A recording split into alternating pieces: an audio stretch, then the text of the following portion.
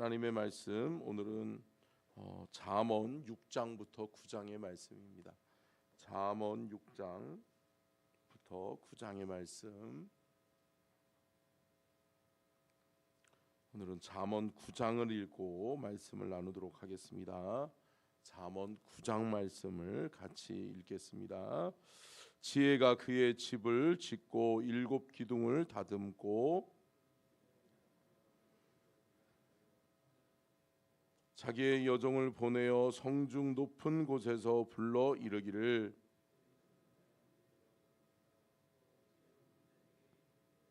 너는 와서 내 식물을 먹으며 내 혼합한 포도주를 마시고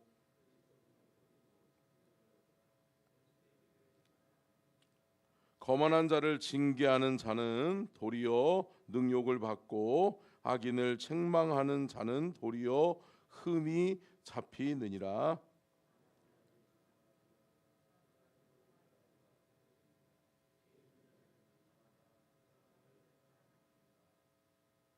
지혜 있는 자에게 교훈을 더하라. 그가 더욱 지혜로워질 것이요 의로운 사람을 가르치라.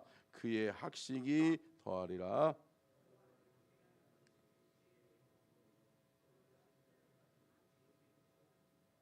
나 지혜로 말미암아 내 날이 많아질 것이요 내 생명의 해가 내게 더하리라.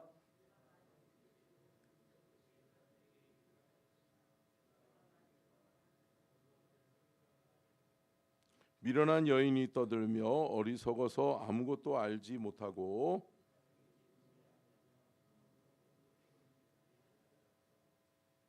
자기 길을 바로 가는 행인들을 불러 이르되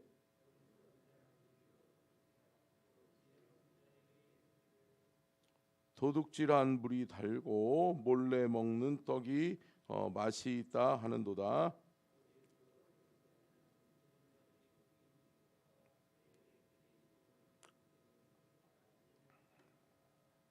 아멘. 할렐루야. 이는 살아계신 하나님의 말씀입니다. 아멘. 오늘 말씀의 제목을 함께 읽겠습니다. 시작. 지혜의 원리. 어제는 지혜가 무엇인지에 대해서 말씀의 은혜를 나눴고요. 오늘은 지혜의 원리, 지혜가 어떻게 적용되느냐, 어떻게 지혜로운 삶을 살아갈 수 있는 영적인 원리가 무엇인지에 대해서 말씀하고 있는데요. 먼저 오늘 9장 9절과 10절 말씀을 보겠습니다. 오늘 9장 9절과 10절 말씀을 다시 한번 읽겠습니다. 시작. 지혜 있는 자에게 교훈을 더하라. 그가 더욱 지혜로워질 것이요 의로운 사람을 가르치라. 그의 학식이 더하리라. 여호와를 경외하는 것이 지혜의 근본이요 거룩하신 자를 아는 것이 명철이니라. 아멘. 9절 띄워주시고요. 9절. 여러분, 우리가 일반적으로 생각할 때 지혜 없는 사람에게 지혜를 더해줘야 될 것 같고, 그죠? 네. 그리고 어떻게 보면 불순종하는 사람들에게 어떻게 해요? 훈계를 해야 될 것 같잖아요. 근데 여러분, 불순종하는 사람은 훈계를 듣는다 안 듣는다? 안 듣는다는 거죠. 네. 지혜가 없는 사람은 지혜의 말씀을 아무리 더해줘도 그 지혜의 말씀을 받아들인다 안 받아들인다? 안 받아들인다는 거죠. 그렇기 때문에 지혜 있는 자에게 지혜를 더해야 되고 학식이 있는 자에게 명철을 더해야 된다라고 하는 것을 성경은 우리에게 가르쳐주고 있는 것을 우리는 볼 수 있습니다. 그러니까 저와 여러분이 어떠한 사람이 되어져야 된다? 지혜 있는 사람이 되어져야 된다. 지혜 없는 자가 되면 안 되고 지혜 있는 자가 될 수 있기를 간절히 축원합니다. 그러니까 뭐냐면 지혜 있는 사람은 어떤 사람이냐? 훈계로 받아들일 수 있어야 돼요. 그러니까 훈계했는데 뭐라고 그래요? 저 사람이 또 나를 까네. 저 사람이 또 나에게 또 저렇게 힘들게 하네. 그렇게 받아들이는 거죠. 여러분, 우리가 지혜로운 하나님의 사람이 될 수 있기를 간절히 축원합니다. 그런데 여러분, 영적 지혜는 어디서 오느냐? 하나님을 아는 데서 오는 거예요. 하나님을 두렵고 떨림으로 의지하는 사람에게서 지혜가 오는 줄로 믿습니다. 여러분 보세요. 우리 10절 말씀에서 그 말씀을 해주고 있는 거예요. 같이 읽겠습니다. 시작. 여호와를 경외하는 것이 지혜의 근본이요 거룩하신 자를 아는 것이 명철이니라. 여호와를 어떻게 하는 것이? 경외하는 것이. 경외한다라고 하는 것이 뭐냐면 두렵고 떨림으로 섬긴다라고 하는 것이 경외예요. 여러분 하나님을 두렵고 떨림으로 섬기고 계세요? 왜 아멘이 없으셔요? 할렐루야. 여러분 두렵고 떨림으로 하나님을 섬길 줄 알아야 될 줄로 믿습니다. 그러니까 여러분 때로는 우리가 그냥 예수 믿으면 구원 받는 거지, 또 교회 가면 예배 드리면 그냥 천국 가겠지. 여러분 그것이 아니라 여러분 하나님을 사랑하되 하나님을 두렵고 떨림으로 사랑할 수 있기를 간절히 축원합니다. 아멘. 여러분 그렇기 때문에 두렵고 떨림으로 하나님을 사랑한다라고 하는 것은 최고의 존경의 표현이에요. 그러니까 뭐냐면 하나님을 우리가 생각할 때 우리는 흔히들 잘못 생각하면 하나님은 무서운 분이야, 하나님은 심판하는 분이야, 이것으로 하나님을 두려워하라는 것이 아니라 경외하니까, 너무나도 귀하니까. 할렐루야. 여러분 그 마음인 거예요. 그 마음. 여러분 때로는 우리가 부모님을 정말 사랑하고 존경하면 어때요? 부모님에 대한 경외함이 있는 거죠. 그 경외함이 뭘로 나타나요? 두렵고 떠는 거죠. 그래, 내 아버지 내 어머니가 귀하니까 내 어머니와 아버지의 말에 힘이 실리는 거예요. 내 어머니가 내 아버지가 늙었어도 힘이 없어도, 비록 나보다 힘이 없어도 그 어머니와 아버지를 존귀하게 여기다 보면 그 어머니와 아버지의 말에 무게가 실리는 거죠. 마찬가지예요.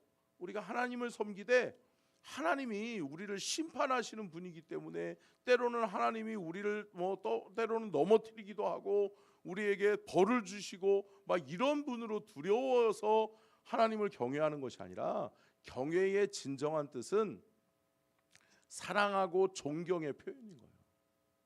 여러분 하나님을 사랑하고 존경하세요? 아멘.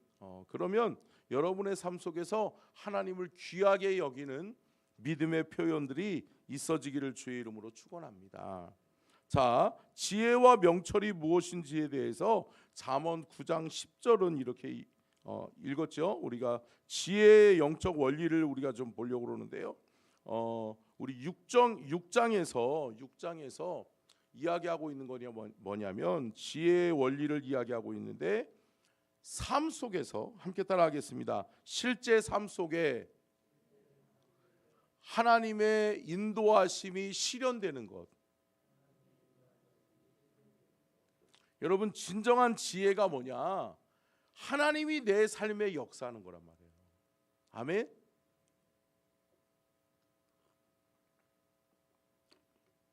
그러니까 지혜는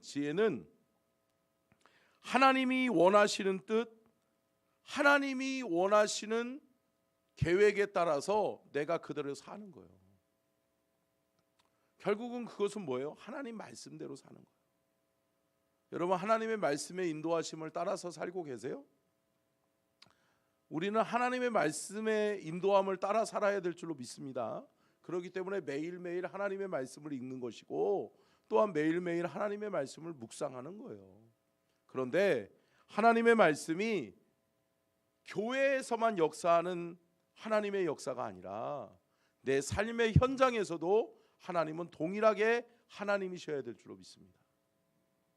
내 삶의 현장에서는 내가 주인이고, 교회에서만 하나님 주님은 나의 왕이십니다, 주님은 나의 인도자이십니다, 주님은 나의 구원자이십니다 라고 찬양하지만 내 삶의 현장에 가서는 주님과 상관없어. 주님 나서지 마세요, 여기는 내 삶의 현장이잖아요. 그러는 사람이 있다. 여러분 우리의 삶의 현장 속에 하나님은 동일하게 역사하실 수 있는 분이심을 믿으시기 바랍니다. 아멘. 그러니까 여러분의 삶의 현장에서도 어렵고 힘들 때 누구를 의지해야 된다? 하나님을 의지해야 된다. 하나님. 보세요. 자, 6장 4절 5절 같이 읽겠습니다. 6장 4절 5절 같이 읽습니다. 시작. 내 눈을 잠들게 하지 말며 눈꺼풀을 감기게 하지 말고 노루가 사냥꾼의 손에 벗어나는 것 같이 새가 금을 치는 자의 손에서 벗어나는 것 같이 스스로 구원하라. 이 말이 뭐냐면 첫 번째로 하나님 뭐라고 말씀해요? 6장에서는 담보, 보증 섰던 사람은 그 책무를 다해라. 그러니까 많은 사람들이 그렇게 살잖아요. 보증 쓰고 때로는 남에게 돈을 빌리고 그런 사람 있잖아요. 그죠? 살아가다 보면 그럴 수 있어요. 그럴 수 있어요. 그런데 여러분, 나 몰라라 하면 안 돼요. 내 돈이 아니지. 아이 그래. 아이 나 몰라. 나 돈 없어. 뱃째? 이게 아니라는 거예요. 믿음의 성도는 삶에서도 그 책무를 다하는 삶이 있어야 될 줄로 믿습니다. 그러니까 뭐예요? 오늘 본문 말씀에서 얘기하고 있는 것이 먼저 6장 1절 한 번 더 볼까요? 같이 시작. 내 아들아 내가 만일 이웃을 위하여 담보하며 타인을 위하여 보증하였으면, 담보 서거나 보증했으면 그 책무를 다해라. 어떻게? 4절 5절 읽었던 것처럼 눈을 잠들게 하지 말며 눈꺼풀을 감기게 하지 말라. 그러니까 여러분, 잠잘 새도 없다. 남에게 해를 끼쳤거나 남에게 보증을 섰거나 남에게 담보를 잡힌 것이 있으면 그것을 빨리 갚아라. 그것을 갚기까지는 부지런히 일해라. 할렐루야.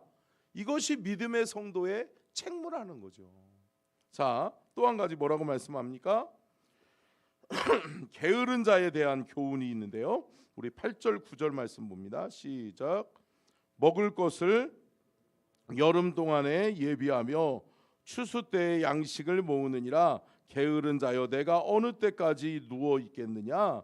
내가 어느 때에 잠이 깨어 일어나겠느냐? 그러니까 결국은 뭐라고 말씀하고 있는 거예요?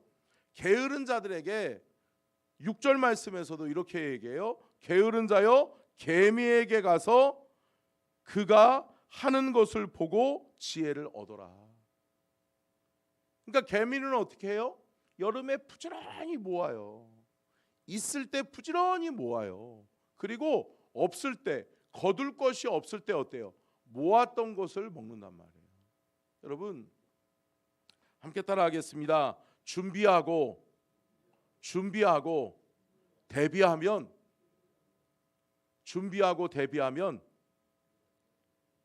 잃지 않는다. 여러분, 준비하고 대비하면 잃어버리지 않는 거예요. 근데 여러분 어때요? 준비하고 대비하지 않으니까 다 잃어버리는 거예요. 여러분, 우리의 인생이 마이너스 인생이 아니라 플러스 인생 될 수 있기를 간절히 축원합니다. 플러스 인생은 뭐예요? 있을 때 대비하고 잘 준비해서 하나님이 우리의 삶 속에 어떨 때는 겨울을 주기도 하고 어떨 때는 추수의 가을을 주기도 한단 말이죠. 근데 여러분, 가을 때 추수하여 거둬들인 것을 잘 곳간에 준비하고 모으지 않으면 겨울에 어떻게 된다? 우리는 잃어버리게 되는 거예요. 여러분, 하나님의 교훈이 저와 여러분의 삶에 적용될 수 있기를 간절히 축원합니다. 또한 불량한 자, 악한 자들은 어떻게 되는지 우리 15절 말씀 이렇게 말씀합니다. 시작. 그러므로 그의 재앙이 갑자기 내려 당장에 멸망하여 살릴 길이 없으리라. 여러분, 이게 무슨 말이냐면 12절 말씀에 이렇게 말씀해요. 불량하고 악한 자는 구부러진 말을 하고 다니며, 그러니까 남을 헐뜯고 남을 핍박하고 남을 힘들게 하고 남을 괴롭히는 사람들, 남을 해하고 남을 넘어뜨리게 하는 자들, 이러한 사람들은 결국은 어떻게 되냐면 그의 재앙이 갑자기 내린단 말이에요. 그러니까 재앙을 대비할 새가 없는 거예요. 다시 말하면 회개하고 돌이킬 기회조차 없다라고 하는 거예요. 얼마나 불쌍한 거예요. 여러분 우리가 때로는 실수할 수 있죠. 때로는 넘어질 수 있죠. 그러나 하나님은 우리에게 항상 회개하고 돌이킬 수 있는 시간과 기회를 주시는 줄로 믿습니다. 아멘. 그런데 여러분 악한 계획을 가지고 남을 해하고 악한 계획을 가지고 남을 넘어뜨리면 어떻게 된다? 회개할 기회조차 하나님이 주시지 않는다. 그것을 하나님이 말씀해주고 있는 거예요. 여러분 결국은 6장에서 계속해서 말씀하고 있는 게 뭐예요? 우리의 삶에 하나님이 역사하신다. 그러니까 삶의 현장에서도 하나님 없이 살면 안 된다. 저와 여러분의 삶 속에 하나님 살아계십니다. 아멘. 여러분 하나님은 여전히 교회에서만 나의 하나님이 아니라 나의 삶의 현장 속에서도 하나님은 하나님 되심을 믿으시기를 주의 이름으로 축원합니다. 자, 그러면 말씀을 전체를 좀 분해해 보면 이렇죠. 5장, 그러니까 잠언 5장부터 7장 말씀까지는 지혜가 없는 사람은 어떻게 되느냐? 망한다는 거예요. 하나님의 지혜가 없는 사람은 결국은 망하는 인생을, 파멸하는 인생을 살게 될 것이다라고 하나님은 경고하고 있는 거예요. 그런데 자, 8장에 가서는 뭐라고 말씀해요? 지혜가 있는 사람은 그 지혜로 말미암아 넉넉한 인생을 살게 될 것이다. 결국은 지혜의 유익에 대해서 말씀하고 있는 것이 8장이 이런 것을 우리가 알 수 있죠. 자, 우리 8장 13절로 16절 말씀 보고 마치겠습니다. 8장 13절부터 16절 띄워졌죠? 같이 읽겠습니다. 시작.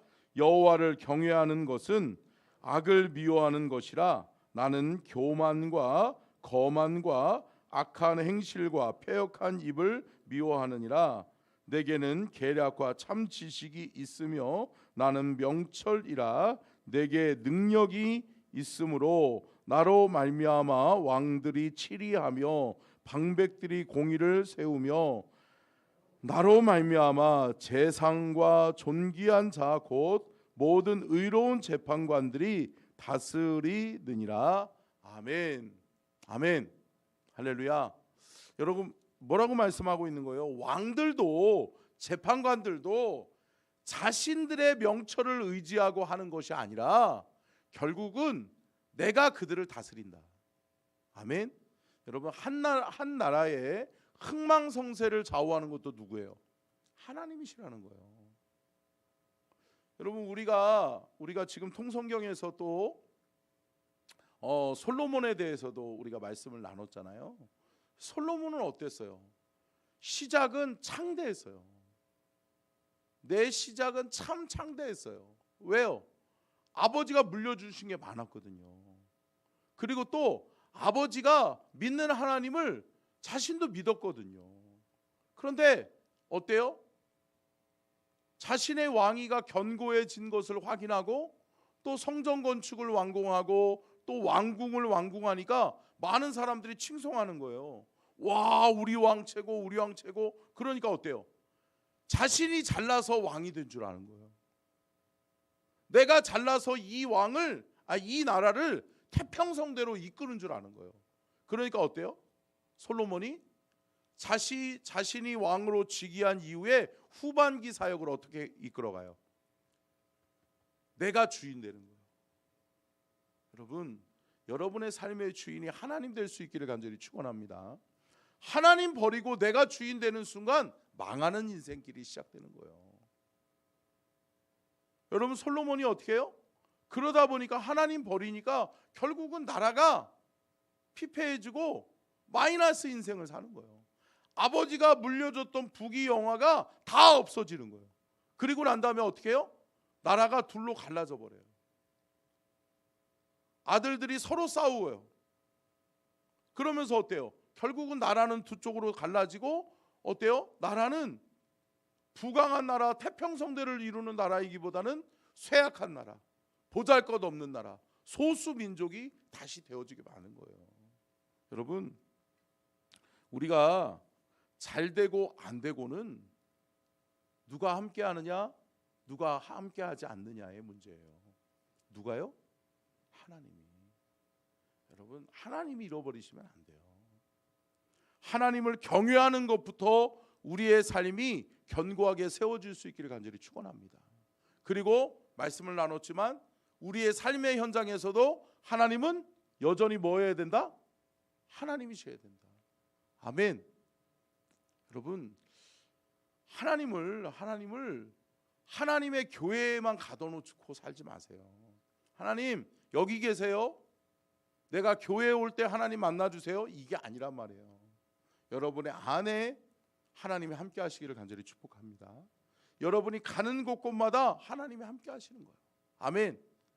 여러분, 하나님이 나와 함께하는 삶은 하나님이 일로 오세요가 아니라 하나님을 내 안에 모셔드리면 내가 가는 곳곳마다 그곳에도 누가 계신다? 하나님 계신다. 그렇기 때문에 여러분의 있는 오늘 하루의 삶의 현장에서도 하나님이 여전히 하나님 되시며 하나님이 역사하는 귀하고 복된 은혜의 하루가 되시기를 주의 이름으로 축원합니다. 기도하겠습니다.